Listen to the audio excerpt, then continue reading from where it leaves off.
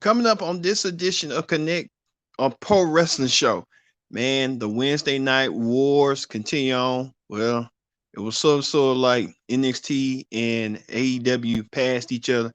NXT started the night with a brand of action, including tag team action, as you see right here, as well as more from the women, as Raquel Gonzalez and Rhea Ripley want to tear each other apart limb by limb.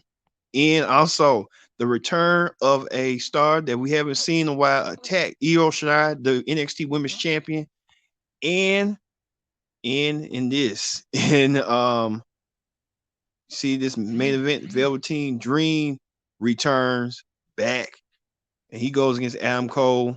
That'll be for your NXT report. Also, we get to hear from the man they call Sting. Sting returns. Sting is back with a vengeance. Where is Sting coming back, and why is Team Taz continue on trying to entice Sting and many others? Also, we'll have more as the pro wrestling show starts right now. Predict the outcome. Well, not predict, but Raw Ring, the NXT and AEW Wednesday Night War Ring Report starts after this break.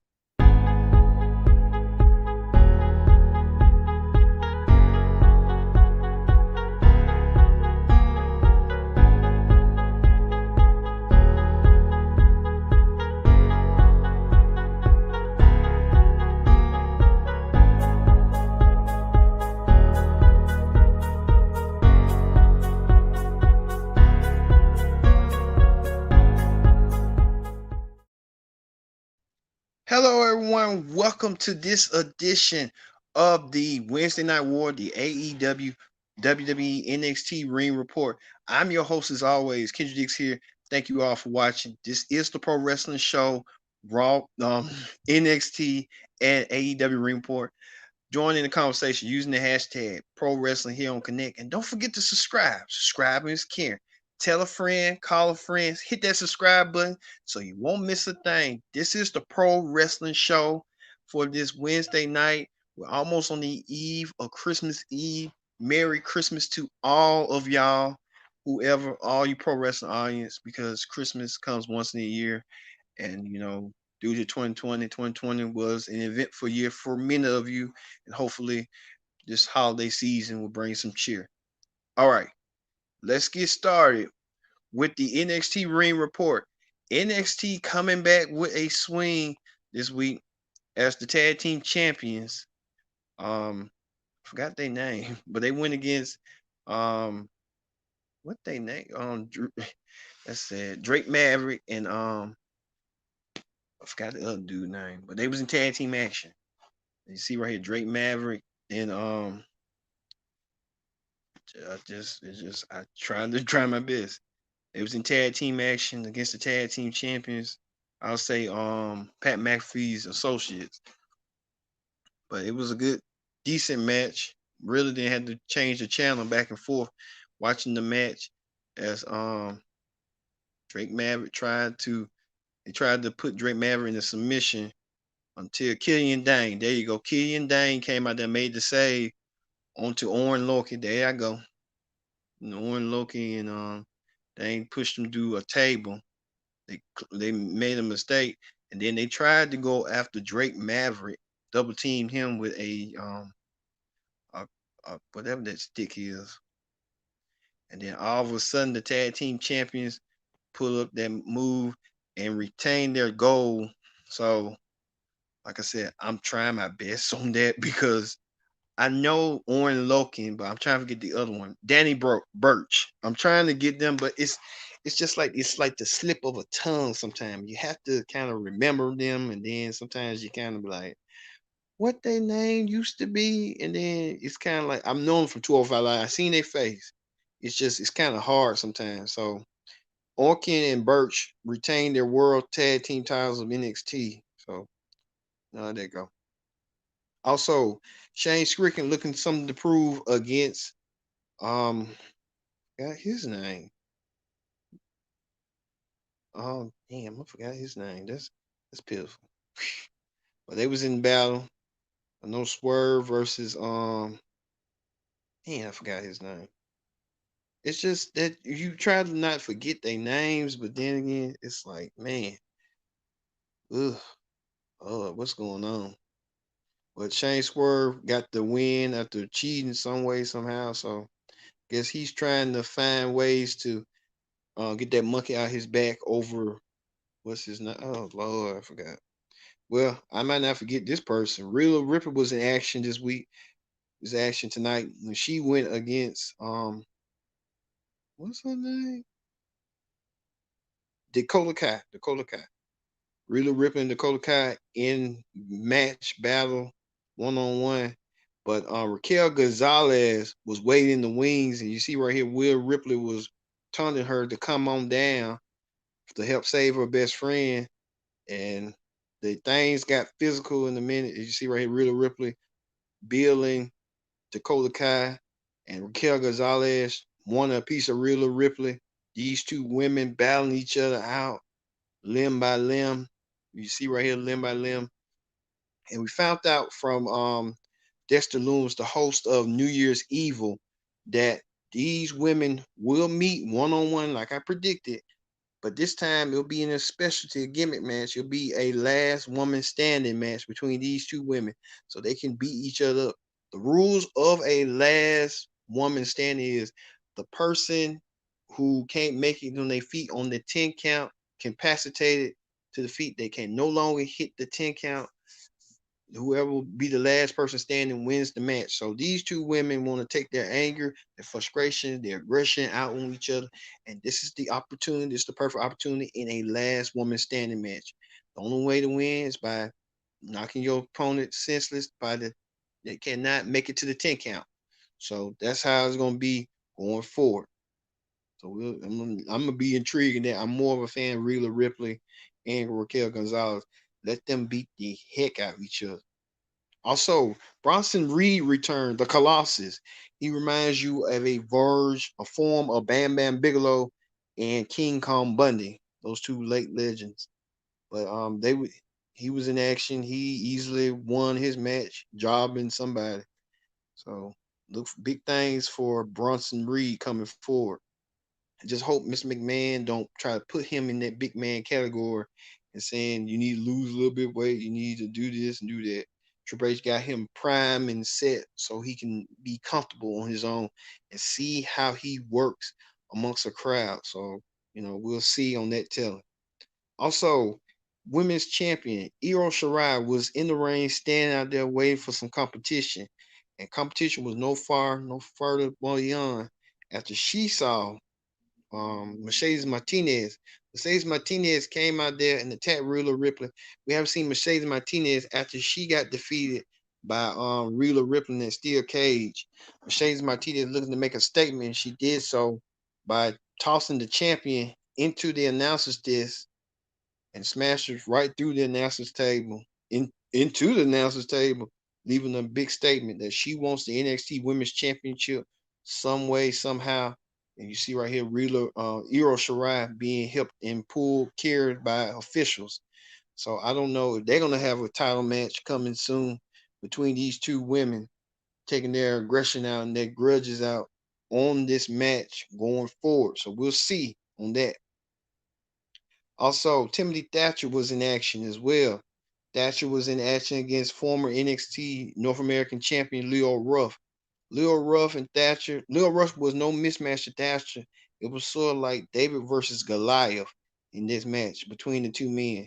Leo Ruff tried to find technical ways to, maneuver around Thatcher. Thatcher, much larger dude than Timothy Leo Ruff, but Leo Ruff got outpowered, outmatched by Timothy Thatcher.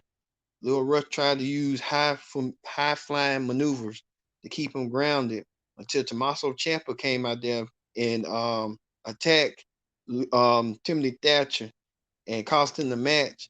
And Tommaso Ciampa saying to Timothy Thatcher that he'll meet him in a pit match.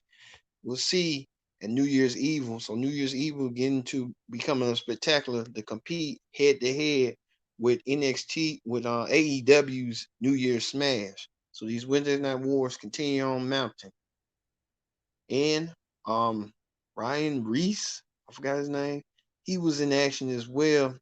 He went against a jobber with Malcolm Bivens at ringside, his manager. I don't know why they trying to put Malcolm Bivens out like he's the next Slick or I forgot those other managers, those other black managers. That's the only thing I know, Slick, and that's it. But he held his own, but he was no match against Arion Davari. And then he won by submission by making Arion Davari tap out, squeal like a pig. Arion Davari, brother was like Davari, but he squealed like a pig. And he won his match decisively. So look for big things for the Reese dude. Also, the main event was the returning Velveteen Dream going against former NXT champion Adam Cole. Now we know that Adam Cole and Velveteen Dream have history together. If you recall, Adam Cole was NXT champion, Velveteen Dream was the challenger, and if he couldn't beat Velveteen Adam Cole, he would never get a shot. So let that go. You see right here, Adam Cole with the kicks to Velveteen Dream. Velveteen Dream trying to maneuver Adam Cole with a neck breaker, running neck breaker, and then all of a sudden, Pete Dunne shows up and attack. What's his name? Good guy. What's his name? Roger Strong. Attack Roger Strong. Velveteen Dream tried to hit the Macho Man Randy Savage elbow. Velveteen Dream tries to go for the juggler again on Adam Cole. Adam Cole delivers a super kick to the Dream. And then he tries to do the figure four leg lock on the Dream. And then he hits that backbreaker on Velveteen Dream, causing him to have a whiplash. You see right there. And then he goes for the juggler, the kick to Adam Cole. I think Velveteen Dream won his match. But if I'm wrong, I'm wrong. I'm for certain. Because I think AEW came on then. But we'll see on that. Well, we're getting ready for New Year's Smash. So, like I said, that ends the NXT Ring Report. All right. When we return after a quick countdown, we'll have the AEW Ring Report. After this, you're watching the Pro Wrestling Show, the AEW Dynamite NXT Ring Report special. Stay tuned.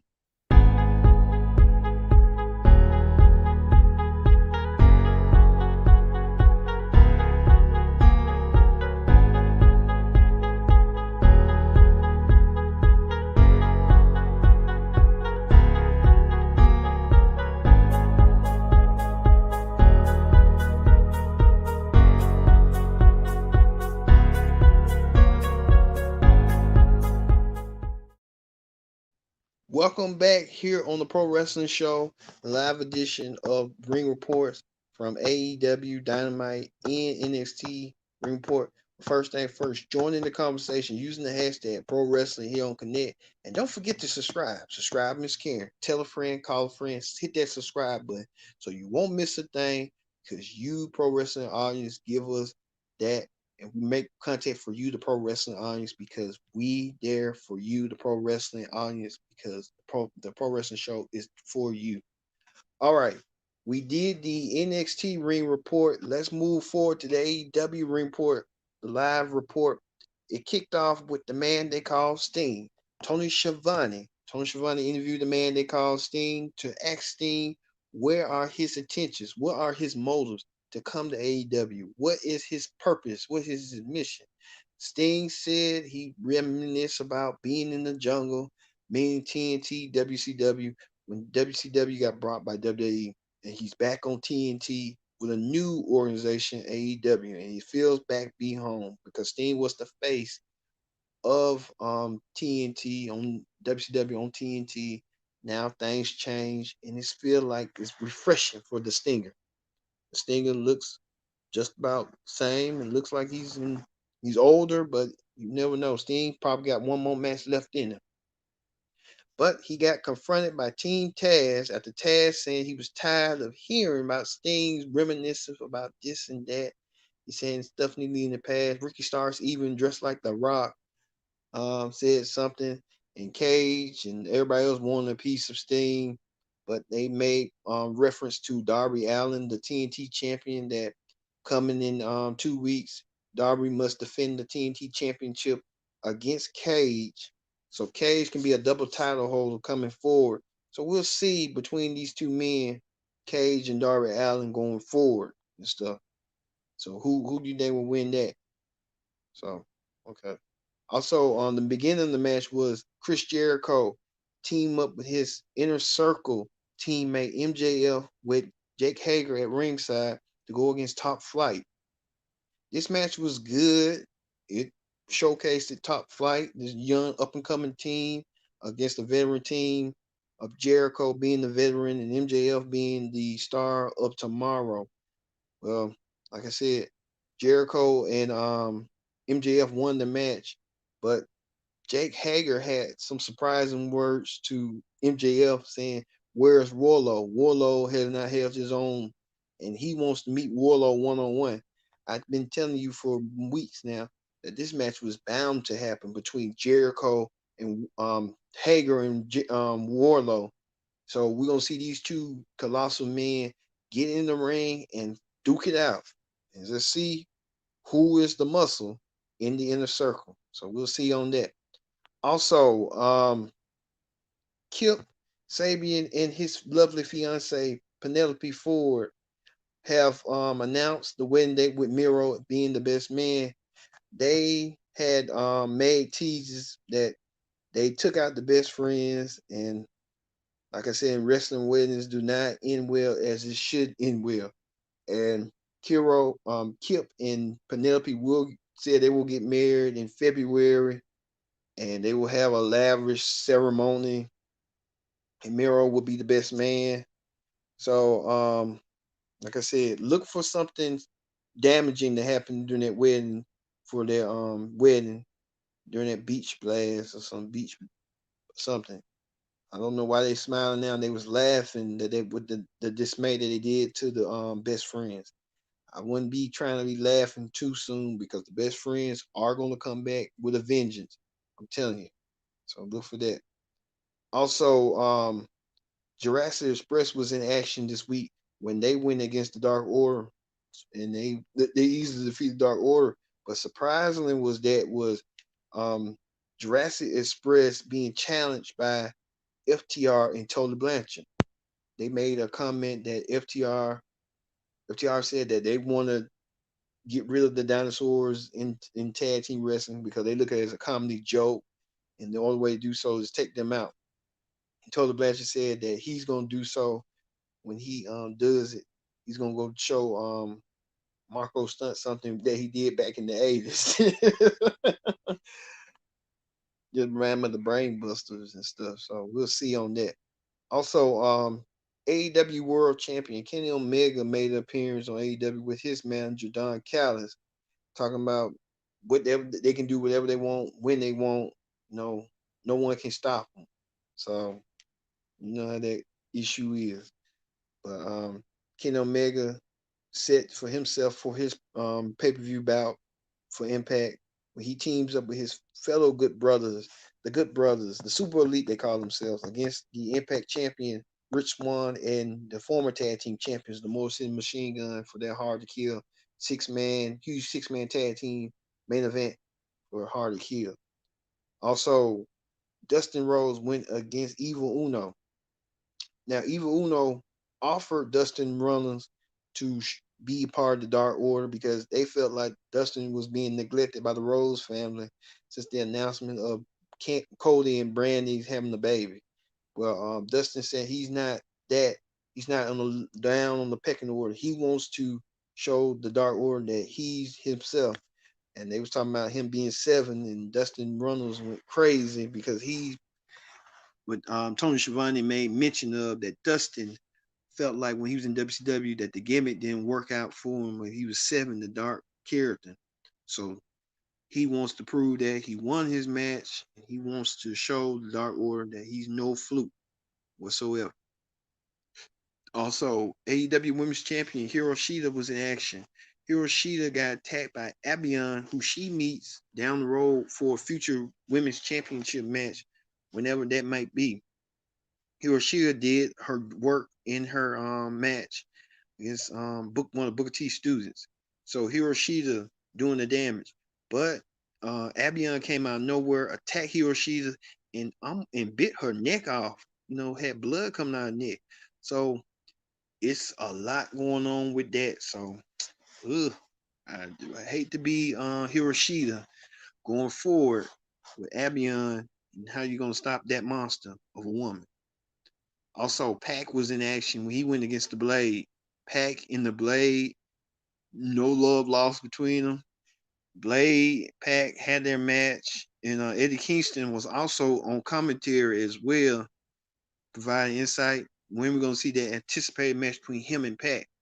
Well, it didn't turn so well for the Butcher as Pac won his match over Eddie Kingston. So, ugh, I hate it for Eddie Kingston when he has to go against Pac sooner rather than later. And finally, the main event was the Acclaim, the group that taunted the Young Bucks for years, taunted the Young Bucks for months and weeks. They went against the Young Bucks for the World Tag Team Championship. Young Bucks defended their titles on TNT against the up and coming Acclaim. Match was so good. The Acclaim thought they was gonna win the match by using the boombox, but the Young Bucks outsmarted them. Young Bucks used their super kick. They Matt power bombed Anthony Bowens do a table, and then Max Caster got super kicked by the Young Bucks, super destroyer kick, and the Young Bucks still are your reigning, defending AEW World Tag Team Champions with their first, I think, but the second title defense, yeah, second title defense by the Young Bucks.